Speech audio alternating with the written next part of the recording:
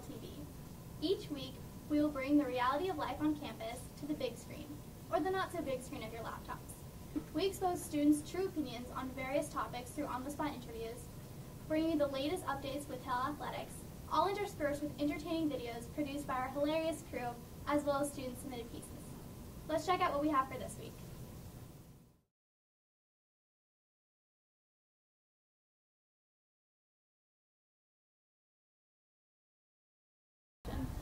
Well, I think it's awesome because, well, first of all, I love competition anyway. So when we had the water balloon fight, I think that was just awesome. Just having everyone being so competitive and just everyone just so excited to just be a part of the school with the competition. It's awesome. Right, well, I think the blue and gray competition is, it's unlike anything I've ever seen before in a good way. Like any other, I doubt Lawrenceville is doing a blue versus or a red versus black.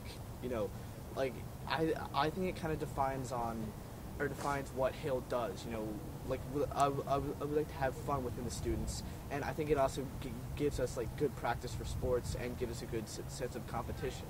You know, friendly competition between us in the school. I think that the blue-gray competition encourages Hill School spirit and Hill pride, and it gives the students something to do on a Saturday night, and it keeps them busy, and it also creates a more fun environment at the Hill School. I think the blue-gray competition is fantastic because getting two halves of the school competing against each other is such a great idea because it lets us cheer for the school in two different ways. I actually don't know much about the blue-gray competition because I'm a day student and I don't get heads up about when they happen as boards do, so that's what I think. I think that the blue and gray challenge is stupid, and I think it's a waste of time. Sorry, I have a really strong opinion. I think it's a waste of time because, why do I think it's stupid? Well, I have other homework to do. I need to get into colleges. I'm not here to waste my time on this stupid competition if they want, like, the school to, like, be more, like, I guess, like, what's that word when you're, like, really rallying? Enthusiastic? Yeah, I guess enthusiastic. Then, I don't know, the school should find a different tactic, I guess. The way that they're using now, like, with the whole blue and gray challenge, it interferes with my studies, and it interferes with my friends' studies. Like, everyone else is stressed out about colleges. We don't need another reason why we can't do homework, because we already have it.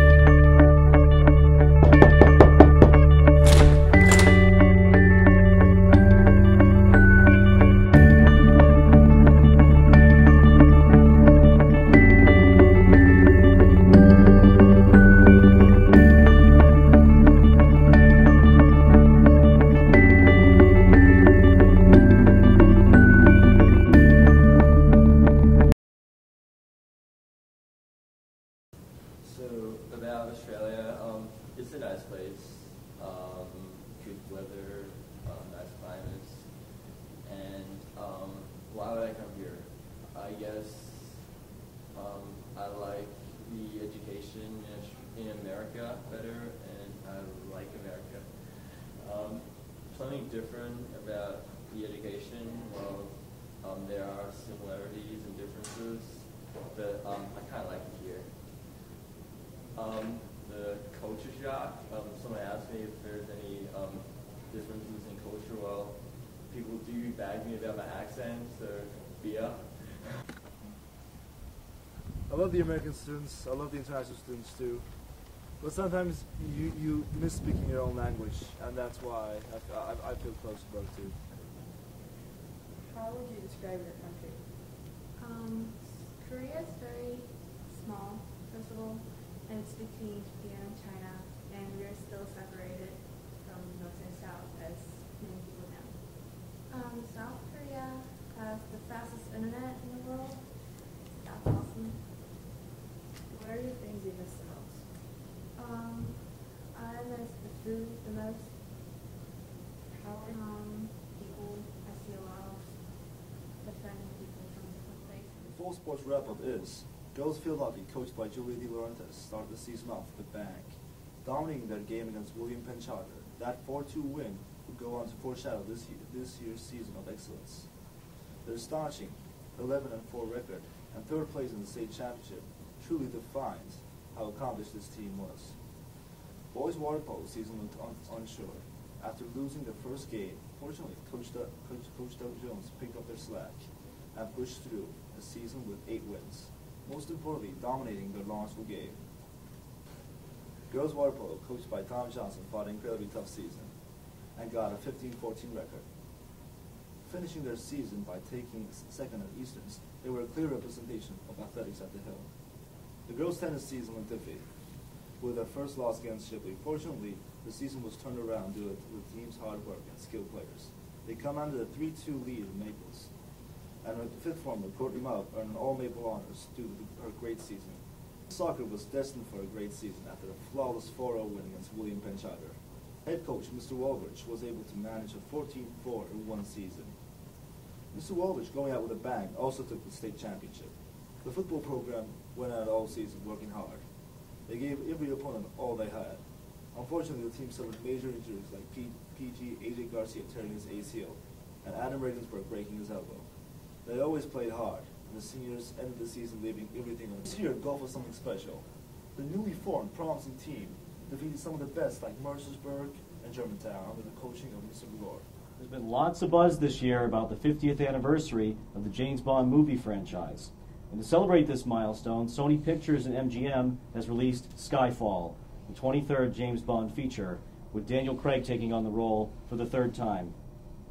Exactly 5 decades after Sean Connery debuted Ian Fleming's character in Dr. No, the series has now come full circle with the reintroduction of old characters, classic cars, as well as those great closing titles reassuring us that Bond will return. Skyfall, directed by Sam Mendes of American Beauty fame, injects some much-needed adrenaline into the series. The chase sequences are well staged, the effects are exciting, and there's even some character development in this one, added to the usual one-liners and risque dialogue. Craig manages to bring some heart to the character, and we even get a little backstory to help us penetrate the Bond mystique. The invincible womanizing Bond that we're used to, and let me clarify, he's still invincible and womanizing in this movie too, just not as much, had become kind of a caricature, and especially in the Pierce Brosnan films. And so the new biographical elements in this movie take the story in a fresh and unexpected direction. The finale is memorable and satisfying, if a bit too emotional for a Bond movie, and the welcome presence of some great English actors, including Albert Finney and Ralph Fiennes, makes the film a winner for me. So apart from the use of some really obvious stuntmen to stand in for Craig, and a bit of a slow start, I recommend the movie. Mr. Steinman, how did you feel about Skyfall? I mean, I couldn't have loved it more. I'm not a huge James Bond fan. I have a little bit of exposure to some of the earlier Sean Connery Bonds. Not a big fan of Roger Moore and the Pierce Brosnan that I grew up with the exception of GoldenEye. I didn't really enjoy any of those films. Casino Royale was such a kick to the gut when it came out. It was so different. It rebooted the franchise, reestablished Bond as a character, as an actor in Daniel Craig, and with a real focus on the story. Quantum of Solace really let me down quite a bit. I think it's a decent action movie, but a lot of the character development that I had been looking for in a post-Casino Royale sequel wasn't there, combined with the rushed script because they needed to get it out before the writer's strike, and there were problems between the negotiation of who had control of the Bond license, made it kind of a problem. Skyfall I was very worried about going in. The previews had made it look like it was a complete action movie, and you're right, the action scenes are phenomenal. But to me, this movie was all about the heart and soul of the James Bond character, his relationship with M, played by Judi Dench, and then the question of whether or not we need Bond in a present-day drone-filled society, as we talk about that in the news. Do we still have place for this kind of espionage character? And I think the answer, after seeing Skyfall, is a definite yes. I think that's, I think that you're right about the character development, that it's a conscious decision on the part of the filmmakers to sort of reinvent this character, because it had become a bit passé to just have Bond constantly chasing after women and doing these outrageous stunts and all that. And that was becoming tiresome, I think, for many people, especially for me watching Bond films. So I don't think at all it weakens the character to humanize Bond a little bit, provided that it doesn't get carried away and that it doesn't become, this sort of psychoanalysis of Bond in his childhood. And I think that not just the Bond character, but also I think with the villain, played by Javier Bardem, who I thought was terrific in the movie. I mean, a bit over the top, but I thought he really embodied the character well and convincingly. He's good at playing a villain. We know that from No Country for Old Men. And I thought that this particular villain was more of a creepier, more eccentric, less of a machine type villain that I thought was very effective. Well, with his blonde hair, I mean, there's definitely allegories that you can make with the WikiLeaks and things that are going on in the news. You can tell that they were kind of ripping things from the headline with how they were creating the film. I definitely agree. Julian Assange. Yes. I mean, and to do that adds an element of James Bond in the present day. I totally agree with you. James Bond had become a joke. Pre-Casino Royale, James Bond was a joke. I mean, what was the highest comedy of the time were the Austin Powers films. Right. And Austin Powers was essentially making fun of James Bond. It had become, and Pierce Brosnan with those one-liners in the last few Bond movies that he was in, I mean, they were with grown Halle with Berry it. and Die Another Day. Yeah, and a giant ice laser, and just, okay. It become like Batman Forever or Batman Returns, that kind of thing. Very good analogy. And for, we had Casino Royale and Batman Begins in short boom order of reestablishing these characters and rebooting the franchises. To Javier Bardem's character, I think there's a danger right now in Hollywood of trying to recreate the level of villainry that we had with Heath Ledger's Joker in The Dark Knight. And so it seems like people are trying to elevate the villain role. We have Julian Assange. We have the new Star Trek that's going to be coming out with Benedict Cumberbatch. We want to create this really intense villain, and I thought he did a very, very good job, but it's hard to introduce a villain about 45 minutes into the film, give him a character and a backstory, and still have him be memorable. And I think to an extent they did that, but maybe they could have done a little bit more. So, and what did you think about the Bond as a final wrap up? What did you think about the Bond girls in this film? I mean, now they're called Bond women. That's their preference now in terms of political correctness. And I can understand all of that. There was one scene in the movie that I wanted to refer to, the scene with Bond and one of the Bond women. I forget her name, is a French actress in the casino, where it appears that she might have been a victim of sex trafficking. That's sort of alluded to, and then. After that, it appears that Bond ends up seducing her. This has been kind of controversial. And do you think that element is maybe had its day, in the Bond films, or could there be a little bit more sensitivity to that? I mean, I think that, if you're looking for sensitivity, this is probably not the place to go. Sensitivity to those kinds of issues, that a Bond film may not be the best arena for that. But I don't know if you thought about that at all. I hadn't read into that. I definitely see how you could. I think that James Bond is, in many ways, the ultimate male fantasy. He's a character that gets to shoot guns, drive fast cars, and be with beautiful women. I mean, that's what James Bond is. To an extent, I can see how that would be a problem, but I think that also a woman's, this is just my opinion on it, I don't believe that a woman who goes through a trauma like that is suddenly unable to control her sexuality. I think she makes a conscious decision to open up to James in that way, so it didn't bother me that much.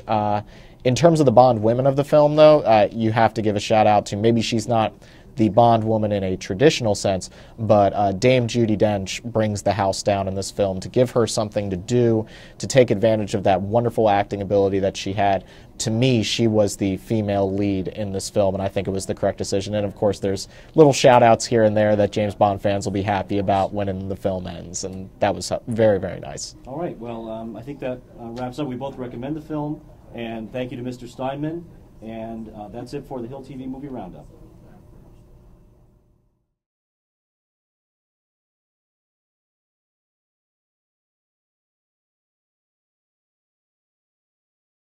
I queried my advisees at the table yesterday, and all of them seem pretty excited about it. Do you wish faculty had been included into Not necessarily, no. I want to support it, but adding one more pebble to the sack could be over the top for me. So, no, I'm not disappointed that the faculty are not included. I think it's a pretty cool idea. I think it's always really cool to start new traditions, and you've got to start somewhere. I think anything that can bring the entire campus together, anything that shows a sense of camaraderie across the entire student body is a really neat idea. What problems do you see arising with this? I think we definitely have to be sensitive to the fact that it could potentially take money to buy presents. Obviously, some people be creative and actually not spend a single penny. But for some people, I think that could be nerve-wracking. Putting, even though it's an $8 amount, that could be an issue for some people. So I think we have to be sensitive to that. I think, you always have your Grinches who might not want to participate in the Secret Santa, and hopefully once they kind of realize the enthusiasm of everyone else on campus, they'll buy in. But of course, if they choose not to participate, one person not participating could really create a ripple effect and kind of ruin it for some people. I'm kind of torn on that one because I think it would have been really fun to participate, but I also think it's important that students have, their own traditions that are just for them. So I could definitely have seen it being a cool opportunity for me as a faculty member. I would have been totally on board and excited about it, but I think it's important too that the students kind of have their own thing to do. Yep. Well, I think anything that brings the community together is a good idea, and I think it's probably going to be good on a micro level because perhaps some students who haven't gotten to know other students will get to know those students. I don't know much more about it. What problems do you think arise from students being there? There'd probably be, like anything that's this large scale, there are going to be people who are disappointed because Santas don't come through on their Santa duties. Do you wish as a faculty member you had been involved with either a student Secret Santa or just a straight faculty Secret Santa? No, I didn't feel compelled either way. I try to do this with my advisees, but now that they're doing it campus-wide, I didn't really feel like I was missing out on anything. I'm not particularly materialistic, so I'm not missing out on any gifts. How do you feel about the aspect that most of the gifts should be handmade? I think that's a good idea. I think, inevitably that's going to lead to also some awkwardness because, kids don't have a lot of time around here. And it's not like they're going to go into the wood shop and start carving out statues for each other. So.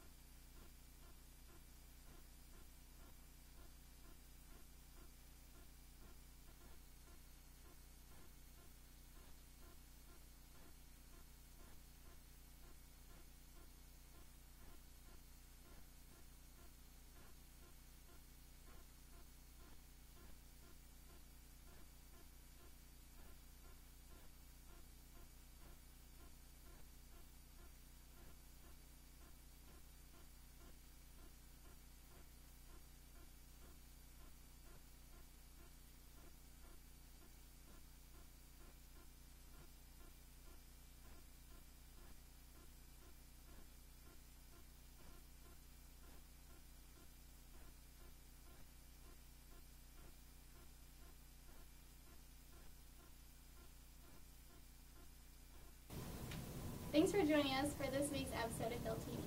Stay tuned right here for our Hill TV radio premiere with sixth former Chivo. And join us next week for our holiday edition of Hill TV.